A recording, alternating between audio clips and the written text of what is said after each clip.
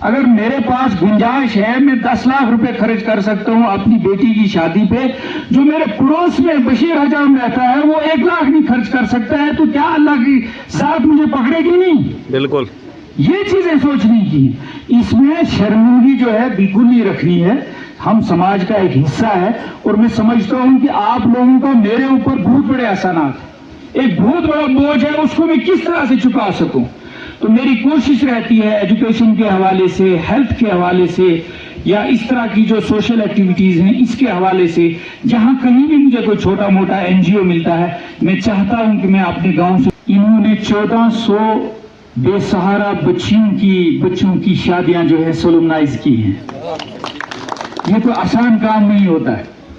ان کے ساتھ جو دیگر مہمان یہاں پہ تشریف لائے ہیں، تنویر صاحب، سالک بھائی اور مزمل صاحب، میرے یہاں لورن کی باشعور بغیور امام، میں نام نہیں لے پاؤں گا، اس کے لیے میں معذرت چاہوں گا۔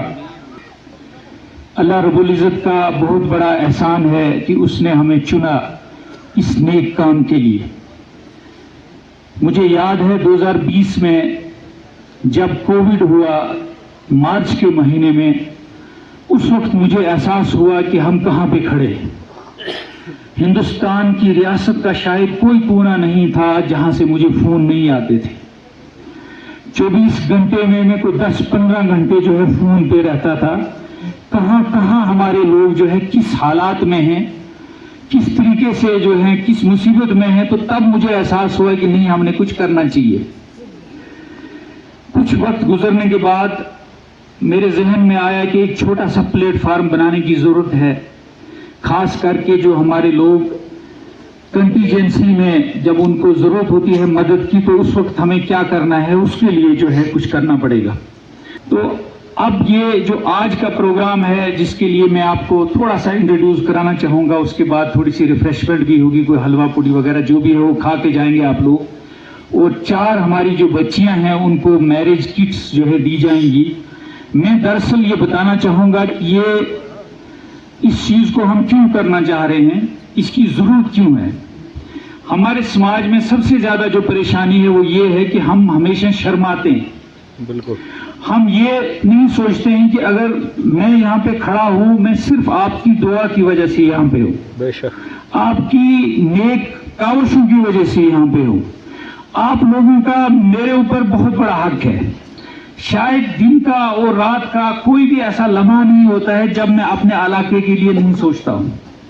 آج صبح میں آپ لوگوں کے ساتھ بیٹھا ہوا تھا، مجھے چیف ایجوکیشن آفیسر پنچ والے فون کرتے ہیں، 37 منٹ ہم نے بات کی، صرف اور صرف بات یہ تھی کہ اسکول کی حالت کو کیسے بدلا جائے۔ 50 سالہ زندگی ہم نے گزار لی اور 10 سال میں ابھی ایکٹیو سروس میں ہوں۔ میں یہ سوچتا ہوں کہ اس 10 سال میں ہمارے ایجوکیشن کا سسٹم کس طریقے سے بدلے گا۔ آپ اندازہ لگائیے کہ ایک دور تھا جب آپ 12ویں کے بعد RET لگتے تھے، جب آپ 12ویں کے بعد اکاؤنٹ اسسٹنٹ لگتے تھے، جب آپ 10ویں کے بعد ملازم لگتے تھے، وہی ایک ذریعہ تھا ہماری روزی روٹی کا۔ آپ یہ کیوں نہیں سوچتے ہو جو ہمارے ٹیچر صاحبان ہیں، جو ہمارے ملازم صاحبان ہیں، جو ہمارے تاجر صاحبان ہیں، جو ہمارا دوسرا کوئی پیشہ ور ساتھی ہے، وہ یہ کیوں نہیں سوچتا ہے کہ ہماری جو نسلیں ہیں وہ کہاں جا رہی ہیں؟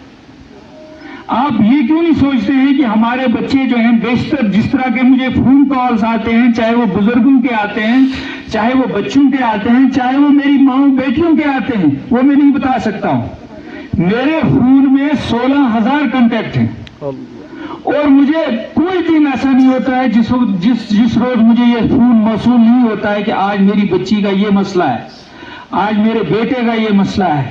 منشیات کے ریلیٹڈ اتنے فون آتے ہیں، اس چیز کے بارے میں سوچنے کی ضرورت ہے۔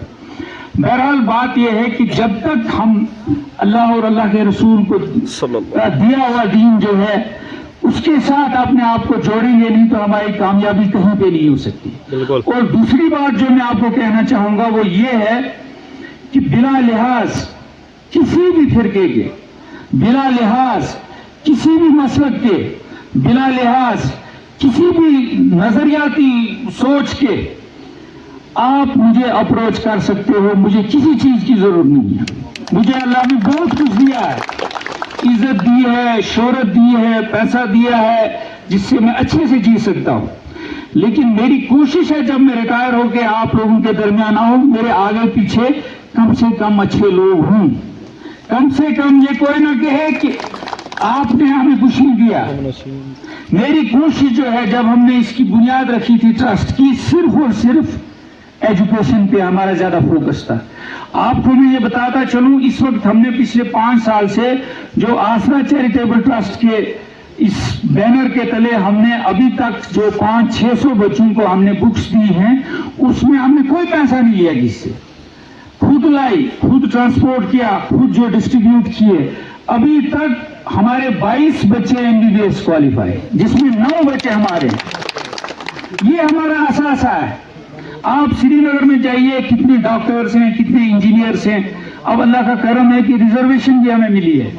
پچھلی بار میں دیکھ رہا تھا کہ ہمارے 18 بچے نیٹ JRF کوالیفائی. تو اس کے ساتھ ساتھ جو ہماری بچیاں ہیں, اس بار ہم نے یہ سوچا, جب میں عمر صاحب کے وہاں ٹرسٹ اس پہ گیا, میں یہ روز 1000 آدمیوں کو کھانا دیتے ہیں. 1000 آدمیوں کو, آسان کام نہیں ہوتا ہے.